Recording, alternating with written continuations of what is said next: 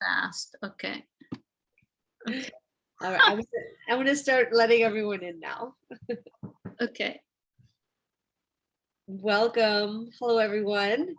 Thank you for joining. Carolina Wheat, Artfare curator, and tonight our special Thursday evening broadcast live studio interview with Artfare artist Kazumi Tanaka. How are you? I'm fine, thank you. Good. Thank you so much for the invitation. Oh, it's my pleasure. I've been really interested in speaking to you because your work is really unique on Artfare and certainly in galleries and museums in a lot of places throughout the world. You have quite international reputation and representation. But where are you right now? I live in Beacon, New York. Okay. It's on the Hudson River. It's about an hour and a half hours away from New York City. I know it well. I did a show there in 2016, I think it was, right there on Main Street, and we were going up and back and forth. But before that, my partner and I moved to Newburgh, which is right across the river from you. I know that. Oh, see, Kazumi's been having a little bit of Wi-Fi trouble. Everyone here, thank you again for being here. There you are. Yeah, so it's nice. Beacon really just blew up once the Dia Beacon went there, and you know, the housing started to become much more popular pre-COVID, probably within the last 10 years. How long have you been there? Well, actually, my former husband and I moved into town around 2003. And so since then, we basically living here, and we just went a different way, but now we're friends, and I'm with a wonderful new partner. Oh, fantastic. Nice. Good. But you stayed in Beacon, so you loved it. Yes, I did. It's really quite charming upstate. Oh, you know, I know some folks laugh and say it's exactly upstate because it's so close to the city, but it feels like upstate. Yeah. The nice working class community from 120, 200 years ago. But it really boasts some beautiful views, and new galleries are popping up there, and it seems to have a little bit more of a vibrant, not only gallery but collector and artist scene. Yeah, there are so many artists, visual artists, and also as well musicians, lots of musicians. And Pete Seeger, who passed away in recent years, he was around. I used to see him at the post office and stuff. It was wild. Oh, really? That's fun. So there's a little famous people, kind of, you know, recognizing folks in Beacon. It's always a game for me in New York. It's so difficult if you're not seeing them with their makeup on and, you know, hats and sunglasses. Well, I'm here Thursday to talk about art. I'm so excited we have you, and I know that we, you know, it's kind of going back and forth because you were working on a series for a potential live performance. And before we get into your slides, I was just curious, what's happening with that? Are you starting to get the musicians together to work with your hybrid instruments? Yes, in fact, I am planning to have a residency in Germany this summer, and I've already been Skyping and being in contact with two musicians. One is a classically trained guitarist, Jonas Carrillo, and there's another musician, David Males, who lives in Salem, Germany, I believe, and he's a street musician. So those two, I'm wondering if there are any possibility of collaborating. The people who came from completely different musical background, but it could be interesting. And hopefully the instrument I make can connect people to each other. Well, so much of your work is about connection and incorporating the landscape into your work, natural elements into your work, as Right. well as, working with specialists in certain areas. And I know you wanted to start sharing your screen for some images of work that you were doing. Yeah, we've been having a little fritzy problem, so please excuse me if it freezes, but we'll try it out and see how it goes. Okay. Oop. Very good.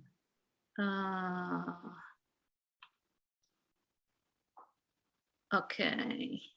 Got it.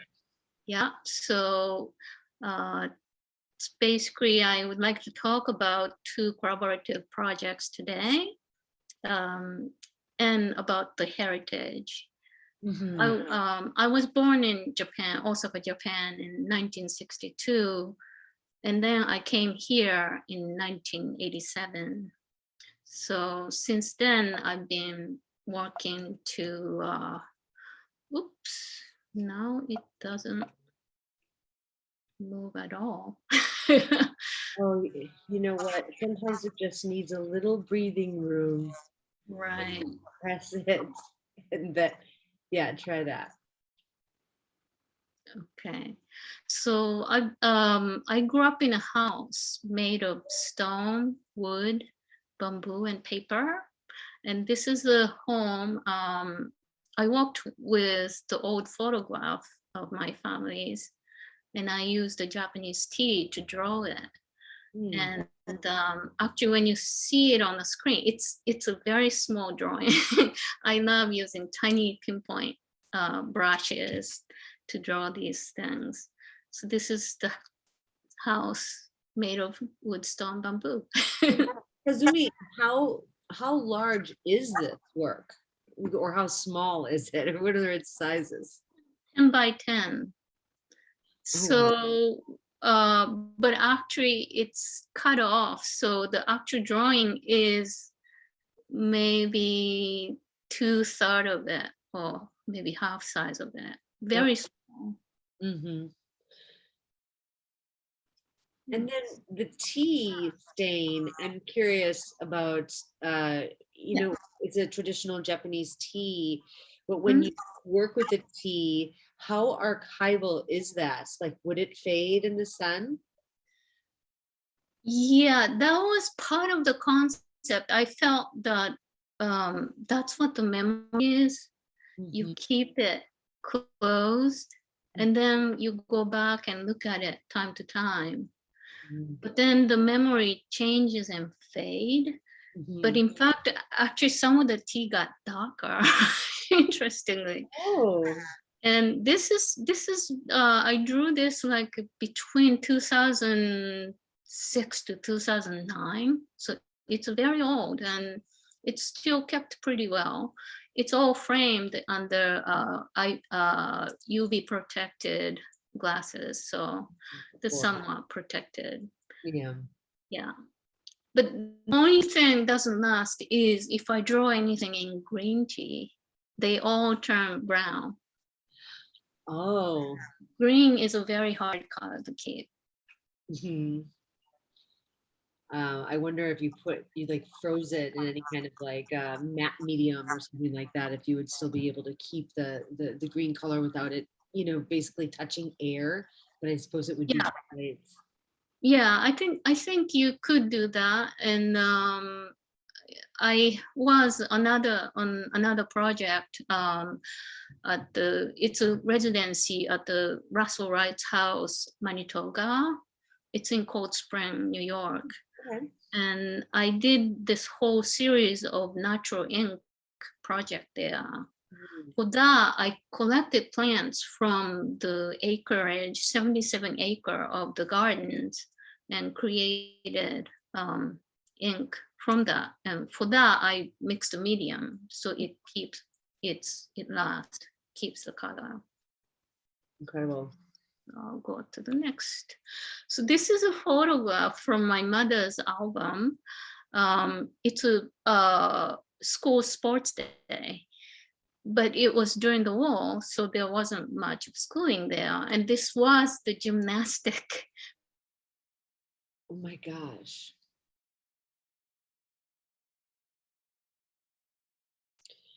Well, we lost you again, Kazumi.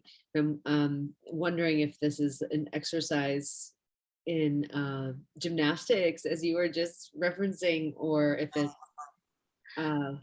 Can you hear me now? Yes. Okay, I'm sorry. So for the gymnastic practice, they practice basically for the rescuing people. And my mother used to tell me the story of when the government suddenly start moving people, like moving elderly and children into the countryside to avoid the air raid. And so she had to go away, leaving home. And then one day they said that, okay, the war, and go home. Tomorrow morning, the bus will come to pick you all up. But none of the girls wanted to wait. They took off in the middle of the night and walked all the way home. And there was a firefly everywhere, lighting the way home. Oh. And it was just the most illuminating story I've heard from her. Mm. So I was thinking of that. And then this is the project. It's called Mother and Child Reunion. I was invited to work with fabric technician at the fabric workshop and museum in Philadelphia. And it was a very special experience. It's a very honor to be invited because you get to work with all kinds of technicians there. They know everything about fabric. Mm-hmm. So I made this, I'm calling it micro tansu. Tansu is a Japanese cabinetry. People keep the kimono or towels or all kinds of things. And I wanted to see how small I can make. And I kind of going against the word of miniature, and I'm calling it micro tansu. It's like a Microsoft, but something very, very small and so fragile.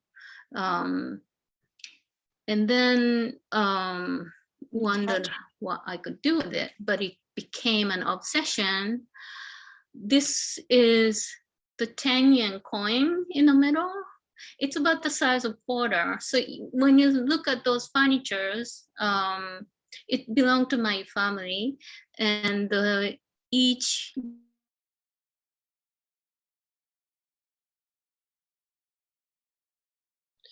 Well, we lost you again. It seems as if that you could hear me in these moments, but we can't hear you.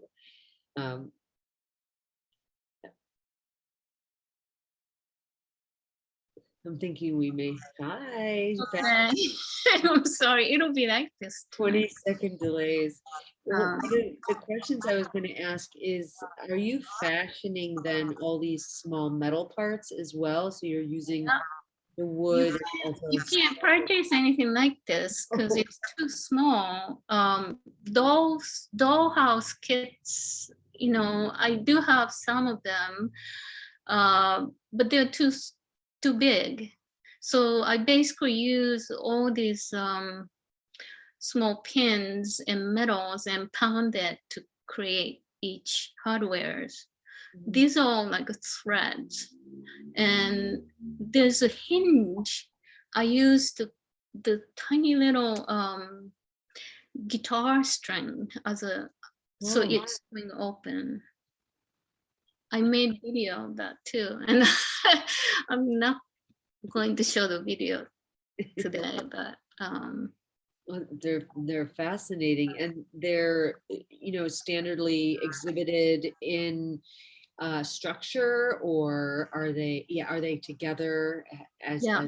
a unit, not separate? Mhm. Well, I made the piece. So this is the diagram. It's on a piece of paper. You know, it's the one box is 1 millimeter. So this is the size of each furnitures. And it's basically, they all look like a piece of chocolate. You can eat it. Tiny. And then I worked with the technician. Here's the Luca and Nami Yamamoto at the fabric workshop. They are trying to make some sample test. This is the with grid. So this is the sample. And I had this idea of enlarging this tiny little drawing I made into much larger scale. Here's the difference for the technicians, you know, inspecting the quality of the basically, and lay it out. So they separated my pencil drawing from the grid, and then they printed both on separate fabric. So the 2 layers will be floats down and kind of have the space in between. Okay. It's a little hard to. So this is the actual piece. And you see the little dots in the middle? That's the furniture. So when you see those big drawing everywhere on the wall. And then the diagram was how I made this. The piece is called Conception. And it came to my mind because that's where we used to be when we were inside of mother's womb. We were the little micro molecule. And here it is. It's sitting. So 2 layers meet on a shelf, and the furniture will be sit on it. It's a little hard to explain. Well, I think that these shots help to see the scale of the right. There will be a picture. So this is the actual furniture belonged to my mother, and it was shipped from Japan, and I was able to present it at the show.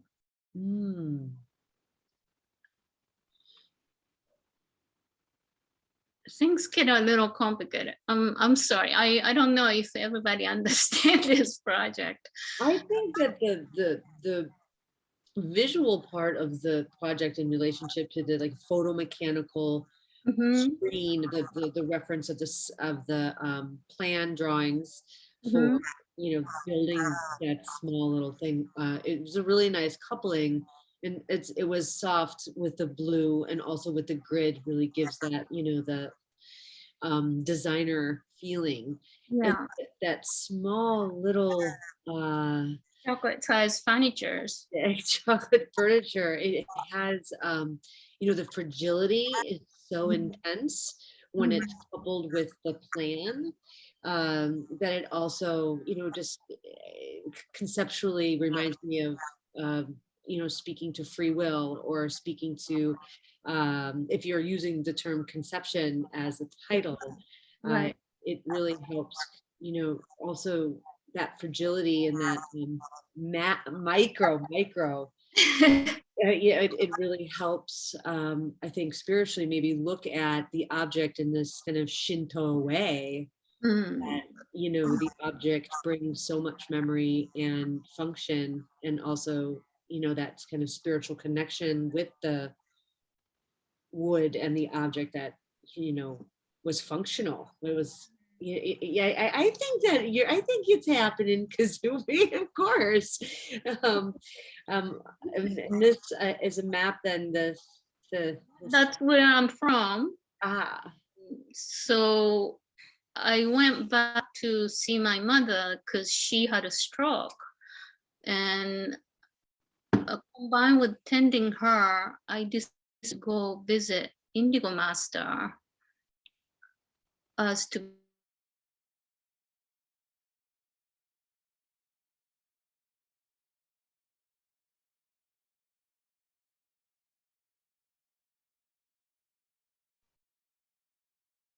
We have just to wait maybe 5 more seconds and Kazumi will come back.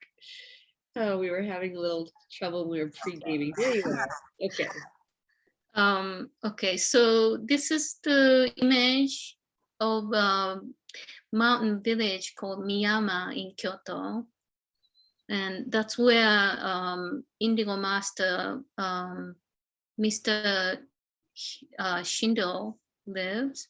He agreed to meet me, and the day I was gonna go drive with my brother-in-law, it starts snowing like crazy. So I was actually a little bit scared to go meet the Indigo Master lives on top of mountain. But he was in fact really the sweetest, nicest person. And he called me beforehand and, are you sure you want to come up? It's really deep snow now, and if you come up, you may not be able to get down. But I was like, okay, but we got the change. So my brother-in-law and I drove up to meet him. Let's see this next. So this is Mr. Shindo's studio in Kyoto. It was the most beautiful. It's hard to describe. I was just so taken by his studio. And we're looking at then the vats of the yeah, the inside the floor, or flush against the floor. So it's kind of, yeah, I'll show you. This is the indigo vat. So there's a hole in the middle, as you see. That's where he make the fire, try to control the temperature really carefully. It's almost like hourly. He keep an eye on it. He described making indigo is like, taking care of baby. And so him and his wife was devoted to make this amazing material. And it really does have a life of its own, indigo, how you can keep it for many weeks as long as you care for it in that way. It's very much alive. Right. So I start thinking about what's the connection to the fabric. And then suddenly it clicked in my mind. I was massaging my mother, and her belly was, this is a picture of her belly. I took a photo and then I color printed into blue. And it looked like shibori fabric. And I felt that her history and her life is in each crease, and that was something I just wanted to express. So Mr. Shindo referred me to go visit Mr. Ron Ricketts, who's professor at the Indiana University. And there I went with 2 other technicians from fabric workshop, and he helped us creating fabric. And this is the fabric I came back in Philadelphia and start working on a piece. And so this, just for clarity, if any of our listeners are not as aware of what shibori, or right, indigo dyeing is, this is kind of a shibori process, what you've done with the accordion with that fabric. It looks like a type of muslin, like a really thin muslin, but is that a silk blend? Because it also is the way It's silk organza. silk organza. Yeah, so it's transparent. Sure. And then the shibori dye technique is you tie it, and where the thread goes over is blocked, so it won't take the ink. And when you tie it into the crease, the top is the only part takes the ink. So when you open it, you have this shape with the little bit of blue on the highest point. So when you open it, it's just such a beautiful, amazing thing. It's such a wonderful surprise to be working with. It's like something I could not get my head around. I'm trying to make this.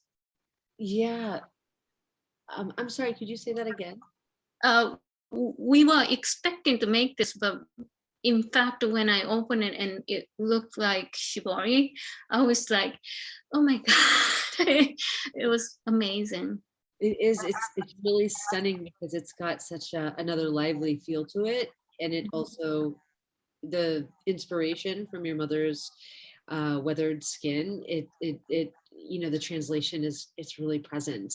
Yet I have to ask, so you accordioned, like how long was that fabric? And you sat there and accordioned all of that silk one by one?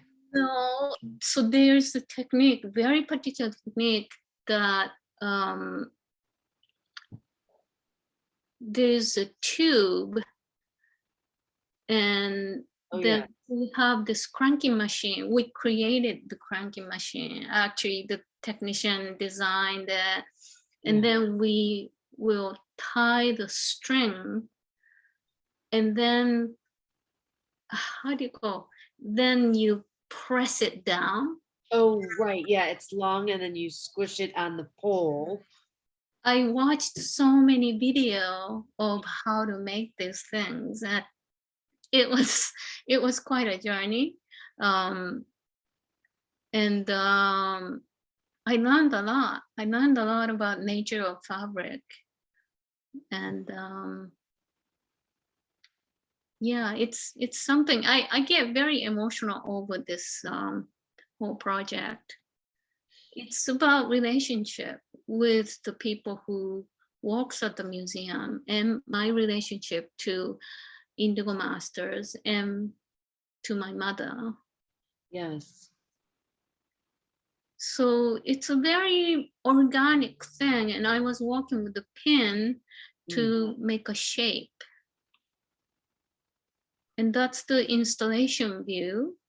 So one room, I had 10 pieces of conception, which is the wall piece I showed you. And then this indigo piece, it's called flow. It is like water flow, and the water is our body. And basically I made the giant placenta with the umbilical cord. And this is rope. I tied it in another technique of shibori, and I incorporated it to the piece. And mother and child reunion, the contents of the project is, there's a Japanese tradition when mother give a birth to a baby, they come home with umbilical cord, and they keep it. And then when daughters or children reach certain age, including my brother, they all receive the umbilical cord that was yours. It was attached to me. And she had her own. She could not believe her grandmother, my grandmother, kept it safe, and it survived during the war. and she was able to receive it from her. So I always knew what that meant to her. So when in our generation, we don't care as much. But then this whole memory and my relationship with my mother changes because I'm so far away, and she just keep asking, do you want to take it with you? And so I have it now with me. So Japanese is saying that if you pass away, and this umbilical cord will help you find your mother, it will connect. So that's where this mother and child reunions title came from. That's really so beautiful, and it reminds me of, in Western medicine, and currently today, yesterday, women are giving birth in hospitals, and Right. actually have to go through a real rigmarole in order to, and bureaucracy, in order to even take their umbilical cord, the mother's and the child's connection, or placenta. And there are, a lot of believers out there as well, not just in the Japanese culture, and in other religions, that the placenta is a real critical thing spiritually to the child. So it's still translated, I think, in some of the in mother's tales that have been passed down over this, the centuries or otherwise. Yet it just really stings me to think that, you have to sign a lot of paperwork with a hospital and pay something like $400 in order to ensure that you get your umbilical cord. But then, of course, they freeze it, and it's supposed to have stem cells.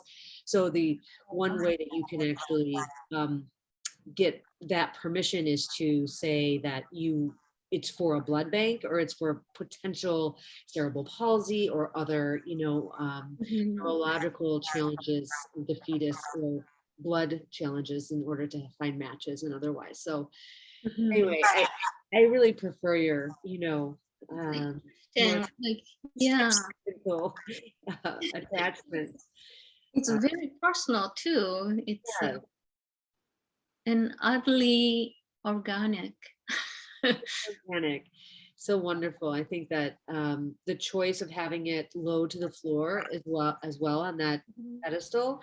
But I'm wondering your choice of the sheet. I mean, I can imply intention that I think, but I'd like to hear what you say about that sheet underneath the organza work. It's a very high quality linen. It's basically the king size bed. We were like looking for what kind of like bed it should be. First, I actually had a wild idea, like a bed should have a belly, and the belly has to go up and down, but it was just creating too much sound. I needed the silence. So I went away from that wild idea and just to have very simple. But actually, in the middle, it risen just a little bit of my mother's belly, like. So it's kind of a little bit hard to tell from this photograph. Yeah. So that's a close-up shot. You can see how transparent it is.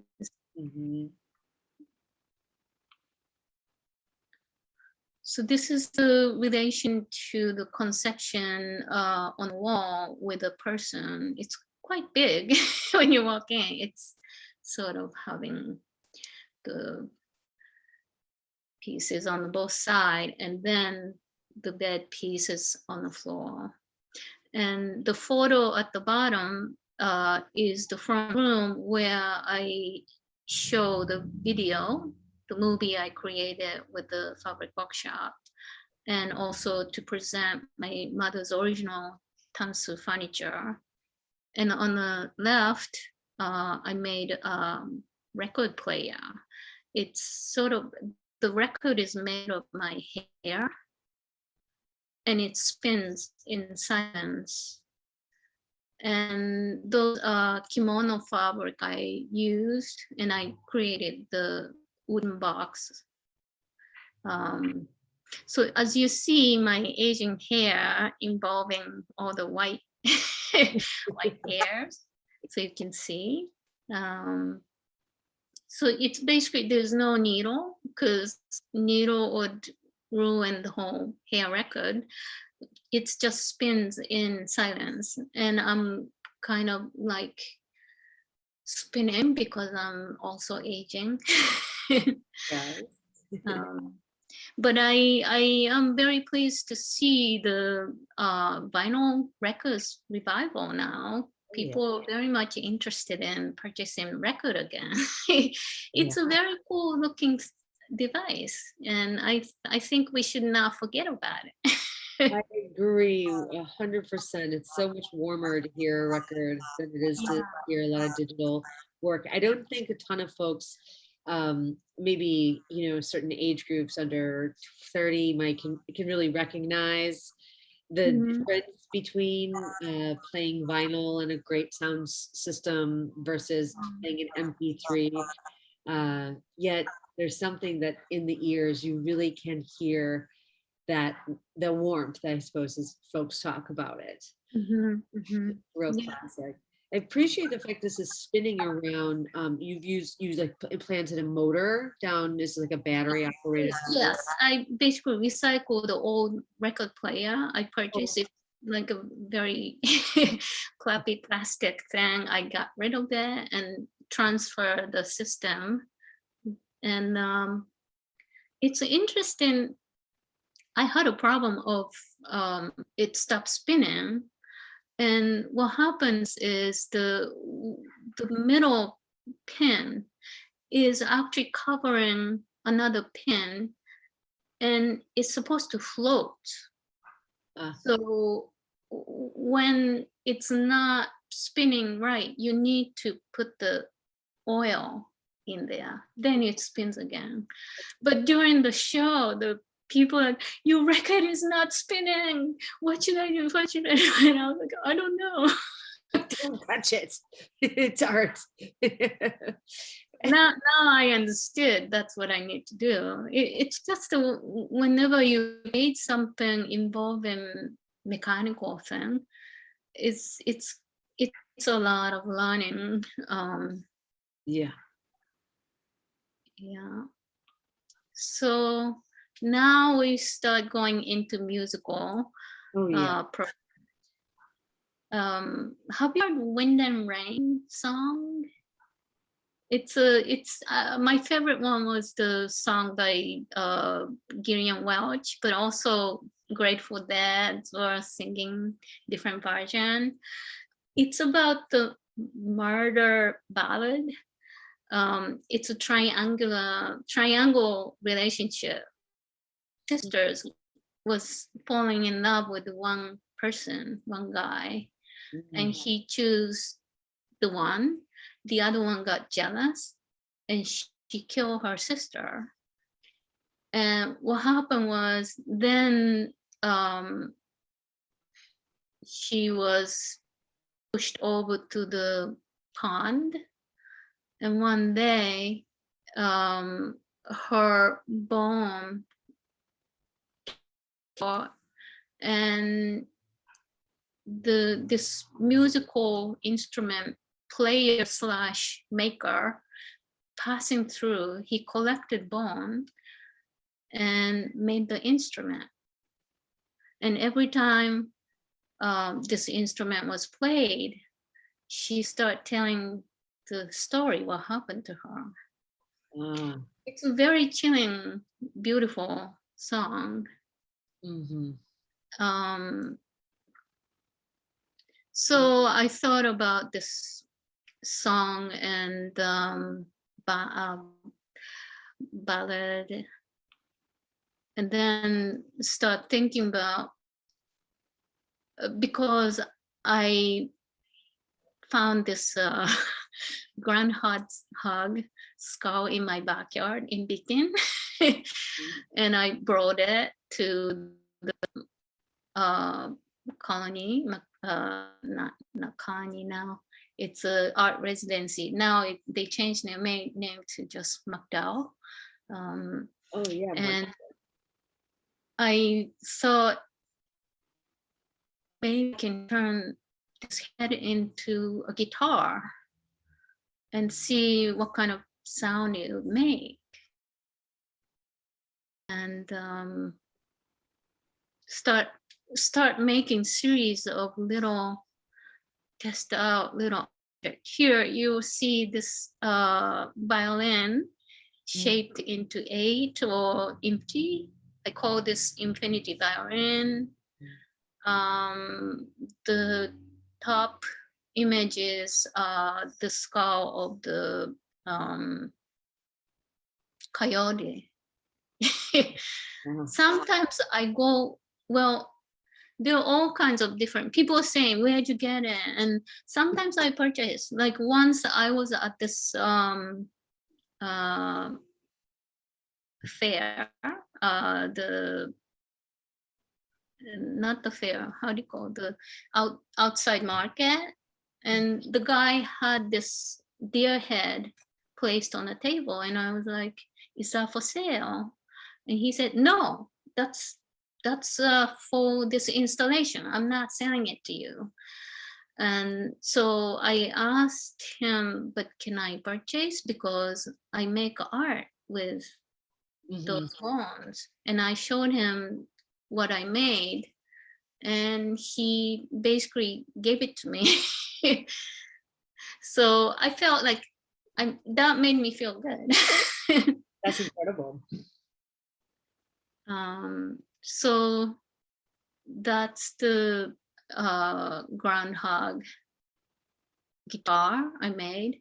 It's titled Messenger, because I was hoping maybe now groundhog can tell what happened to him. Oh. Maybe he got into fight with another groundhog or whatever. I love that. And the sound, the integrity of the sound, I know we had kind of talked about, but you don't have any samples of some of the way that these instruments sound when amped, do you? Yeah, I do. I have a recording on my phone. Should I play that? Yeah, try it. That'd be fun. Okay.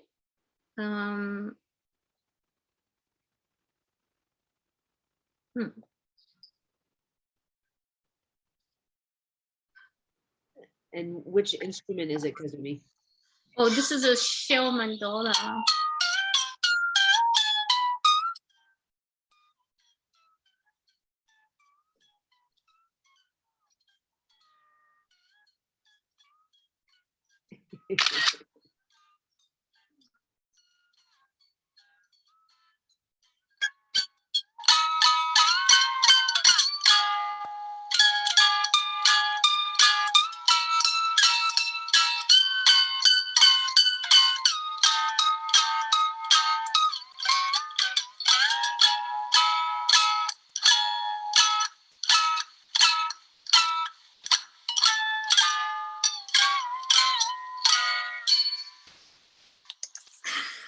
Thank you for listening. It was great. I heard a little slide in there and stuff. Was now the Zoom is asking, do you want to set up the professional audio? Oh, Zoom, no, thank you though. We're looking at art right now. You were able to hear, okay.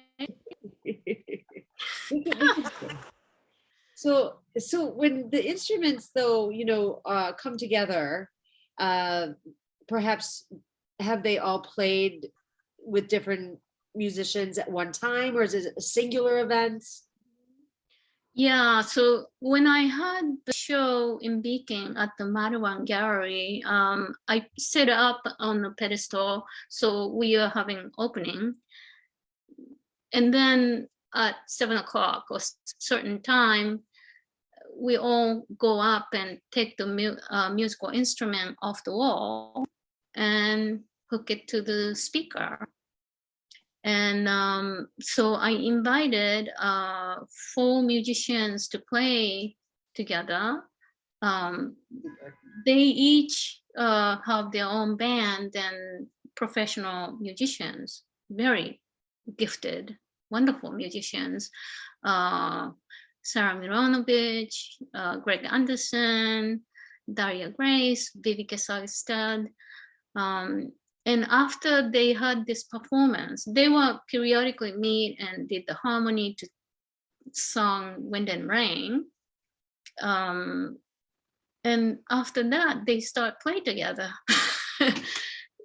Oh, cool. They even form a band called Why Not Sisters. And it's really sweet.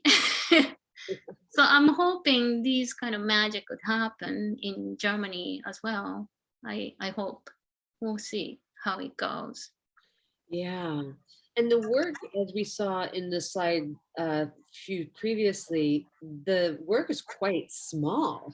When I saw it on Artfare, going through all the profiles, I thought it was much larger. Actually, I didn't look at the dimensions until I just saw it on the screen. I imagined it almost like a mini violin, but not so small.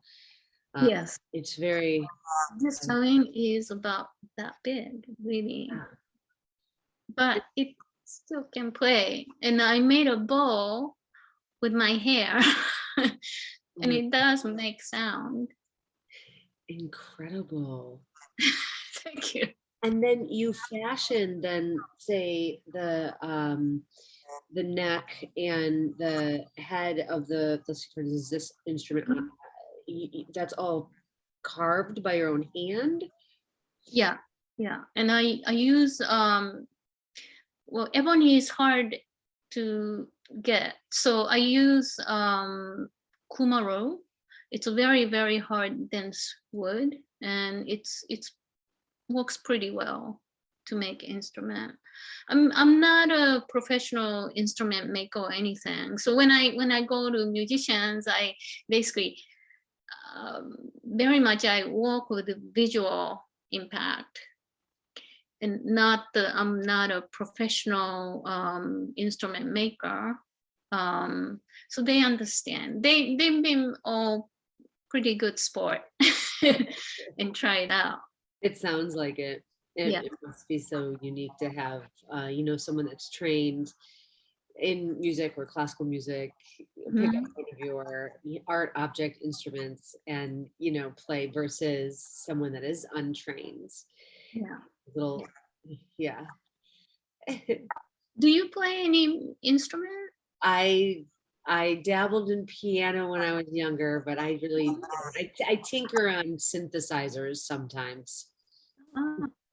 Like I like analog synthesizers, like kind of techno, electro stuff. On a time. I don't really do that anymore. I should pull it out of the archives, but it's been a minute. So this musician I'm in touch with in Germany, he was talking about this recorder sound. So that he can play one melody, and then the machine will repeat that, and then he add another melody, and it gets bigger and bigger. So I've never done that with those little instruments. I'm like, maybe we can do orchestra kind of sound.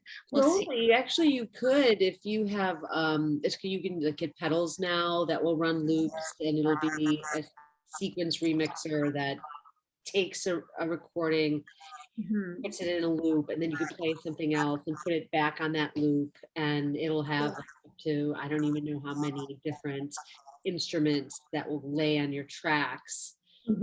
Different tracks that you can lay. It's everything it just keeps getting smaller and smaller and smaller, because mine in the 90s was like it was really big. I still have it, but now like I see a lot of solo instrumentalists, whether you're like in the train or busking or otherwise, and they've got things this size, they just kick on and off. Wow. Well, I guess small is beautiful. but I think I always love the original old machines. They're heavy and bulky, but they're also beautiful. True. So this is Coyote. Mm. And this also came with bow. And it played because it's a little bit bigger than groundhog, so it creates a little bit lower sound. And this is Carlicue banjo. Surprisingly, so I used the hog casing, you know, the sausage casing, Yes, yes. as a stretched over this structure, and it actually did make sound like banjo because it is a drum, tiny little drum. It's very interesting. Every time I make new instrument, the sound is different. So, oh gosh, okay. So, Kazumi, so what we're looking at here is the encasement. I can kind of see now. It kind of has that dark translucence, and then the actual shape. Of the, Like that was so the pig casing, yeah. and sausage casing, and pigtail. I don't know. It's just I was thinking of infinity violin. After making infinity violin, I wanted to make something caricature shape, so I made this. So, but the actual structure of which the encasement is tightened over, is that wood, or is that like sinewy kind of? You said, is it still wood? It's wood. And you see the copper nail. yeah, These they're gorgeous. shaker copper nails. Mm. Shaker box was made with those beautiful hand-cut nails, and I because it's so fine and it's soft, so as you pound it, it kind of bends and stay in there. Yeah, it adds a decorative element. Yeah. Mhm. And you know, a couple of these, I think this one in here, these are on Artfare. Yeah. correct? So- This one is available on Artfare. yeah, and then the infinity violin as well that we spent some time on. Right. Fantastic. And this is a shell mandolin. It's a shape in mandolin. I spent quite a time to make this guitar face fit to the shape exact into the shell. Yeah. And this is the actual 3-layer inlay, round shape. I just get very obsessed. I spend all day making that ring. And then I use one chord, a very heavy one that does create the depth to the sound. Mhm. So at the show, Daria Grace, who was mandolin player, picked this instrument and he should play. Very nice. I can only imagine the sound on this with the conch kind of having that, you know, inner bellows where it may have some more reverb that comes up. You know, it feels like it would have this really eerie sound as it gets trapped inside the shell, and then, you know, it comes out. It's really amazing. I also want to say that we have 5 more minutes, so it went by kind of fast, even, and your internet's been really well behaved. Okay. Last half hour. So I want to invite anyone to any questions for Kazumi that we, you know, you can put them in the chat and then we can get to some questions before we end. Sure. Okay, so this is last image, and that's the actual my mother's umbilical cord. was Oh, contained. And that's my mother. aw. So she died at the age 88, and she was born in 1930. So this box survived for 88 years, and it was cremated with her so that she can find her mother. Oh, she looks like a very joyous and happy mother. She was a very happy person. She was very strong, and yeah, I miss her very much. Strong and soft. Mhm, mhm. Well, that is incredible. Thank you so much for sharing that. I think I've Thank you. if And thank I you so much for put up with my internet connection. that's okay. We kind of knew it was going to happen from the get when I Yeah. asked you a couple months ago. So I kind of was like, we're good. The work really speaks for itself too. So it's kind of Thank you. nice to just look at an image on the screen and just kind of take it all in. And Mhm. we know that it's probably much more powerful in person. So as we're kind of all navigating as artists and curators and gallerists and online art marketplaces that we're trying to figure out how to make sure that we keep getting the exposure artists deserve for the amount of work that they do. Mhm. And I really appreciate your time. Thank you. Well, you're welcome, Carlin and Leslie. I think her mother's beautiful as well. Thanks again, everyone, for being here. And if there's no other questions and you missed any of the interview, yeah, thank you so much. That you can always catch Yeah. on our YouTube channel eventually. And we have so many new artists on Artfare. They just keep coming. And so there's a lot to explore. And I'm really glad I found you, because I didn't even know about you until I started going through as a curator, Oh, looking at work. thank you. So thanks for agreeing to do this, because it's not the easiest. Appreciate it. Thank you so much for the opportunity to present my work. Of Really course. appreciate it. Of course. Well, until next Thursday, everyone, take care. Bye.